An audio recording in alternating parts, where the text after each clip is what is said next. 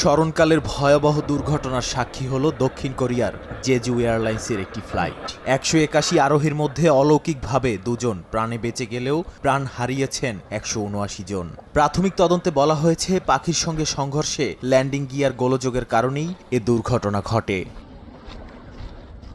তবে ব্ল্যাক বক্সের ডাটা রেকর্ডারের তথ্য বিশ্লেষণের পরই দুর্ঘটনার সঠিক কারণ জানা যাবে বলে জানিয়েছেন দক্ষিণ কোরিয়ার উপযোগাযোগ মন্ত্রী। ভয়াবহ দুর্ঘটনার পর শোকে স্তব্ধ গোটা দেশ।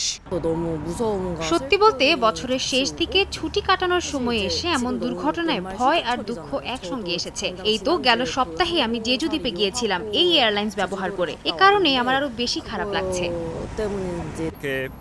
এটা কল্পনা করতেই গা শিউরে উঠছে। বিমানে ভ্রমণ করতে গেলে এটা আমার সঙ্গেও হতে পারে। এই ঘটনায় আমি কিছু না করতে পারলেও এ নিয়ে উদ্বিগ্ন যে ভবিষ্যতে কিভাবে বিমানে উঠব।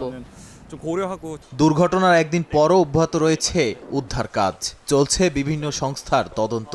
ভবিষ্যতে এ ধরনের দুর্ঘটনা রোধে দেশটির সব এয়ারলাইন্সের সুরক্ষা ব্যবস্থা যাচাইয়ের নির্দেশ দিয়েছেন দক্ষিণ কোরিয়ার ভারপ্রাপ্ত প্রেসিডেন্ট চoi sang-mok। এছাড়া দুর্ঘটনার তদন্তে দক্ষিণ কোরিয়া সরকারকে সব ধরনের সহায়তার আশ্বাস দিয়েছে বাইডেন প্রশাসন। নিহতদের প্রতি শ্রদ্ধা জানাতে সোমবার মুয়ান বিমানবন্দরের বাইরে ভিড় করেন বহু মানুষ। 4 জানুয়ারি পর্যন্ত রাষ্ট্রীয় শোক পালনের ঘোষণা দিয়েছে দক্ষিণ কোরিয়া সরকার।